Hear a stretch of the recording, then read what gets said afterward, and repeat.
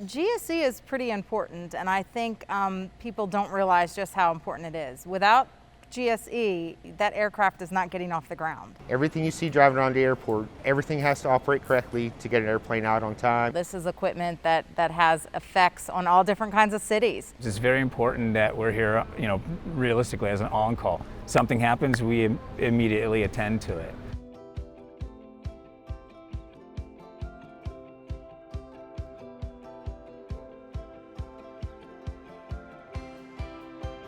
So GSE is ground support equipment. So that's basically your pushbacks, your tugs, your baggage tractors, your air starts, your GPUs, your boarding stairs, anything that has to do with the aircraft that's not the actual aircraft. Every station we have some form of GSE, meaning the actual equipment.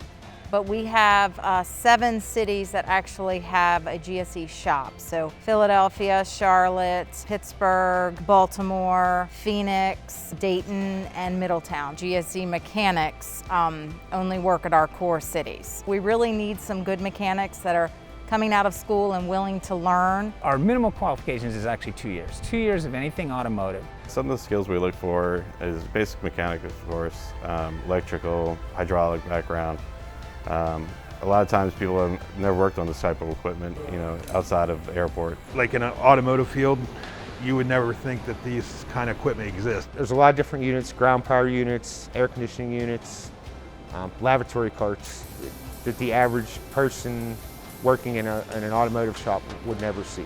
A lot of people are kind of in awe when they walk in and say, you guys work on that kind of stuff. A lot of times with our mechanics, they really have to think outside of the box. They have to do some troubleshooting. When I bring somebody new on, I want them to be with a team member, for 6 months to a year so that they can see how you do troubleshoot something. Every day you might have to ask them questions, and it's all right to ask questions. It's part of the job. Watching the newer mechanics come in and really function pretty much independently. When I first started, it probably would have taken me 2 days to do a transmission, and now I could probably do one in 4 to 5 hours. So it's a big, huge learning curve. If you do get that next task the next time, you are able to do it a little bit faster and a little bit faster and a little bit faster each time. Just have a positive attitude.